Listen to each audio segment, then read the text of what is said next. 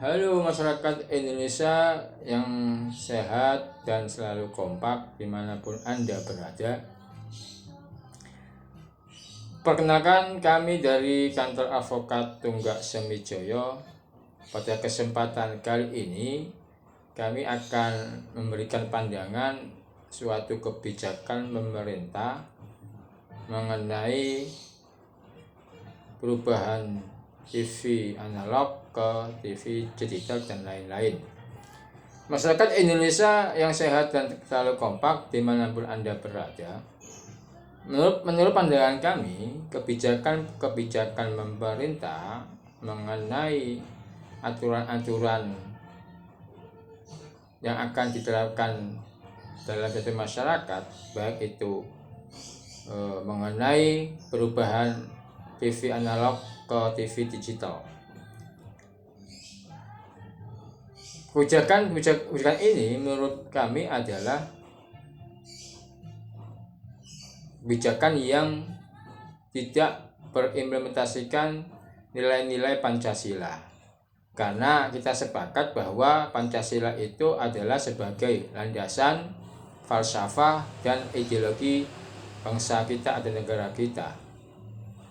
Nah, Pancasila sebagai ideologi landasan dan falsafah, maka kebijakan pemerintah itu harus berimplementasikan nilai-nilai Pancasila di dalam kebijakan itu.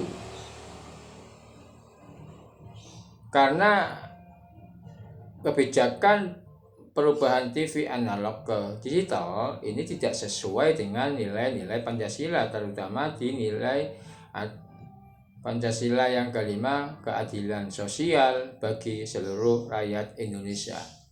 Nah, ini kenapa?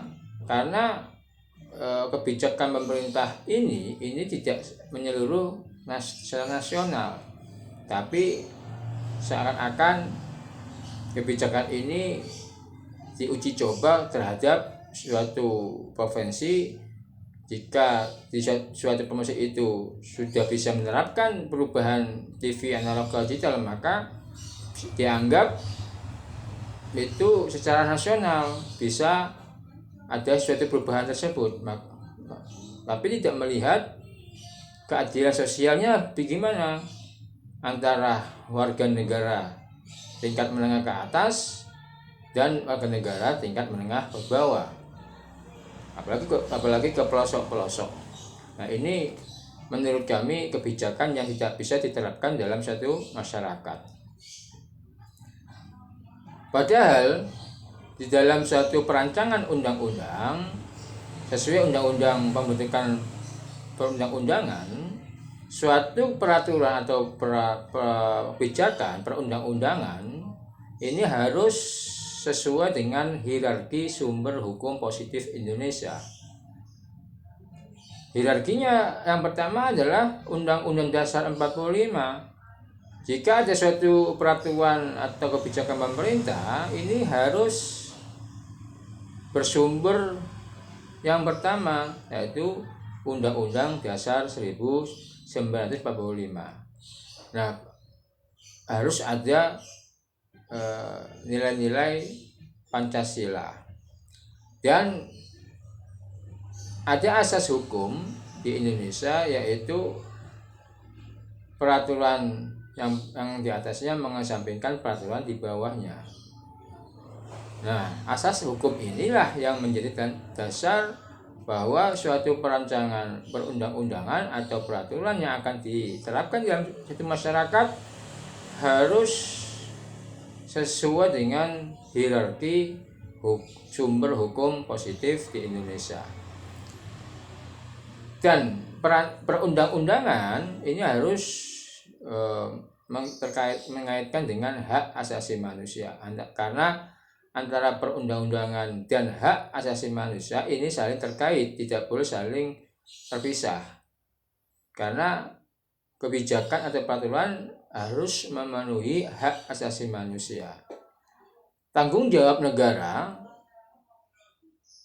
dalam hak asasi manusia ini sudah dimandatkan di dalam hukum internasional. Ada 3 pokok wajib negara yang bertanggung jawab, yaitu 1, memenuhi mematuhi dan melindungi.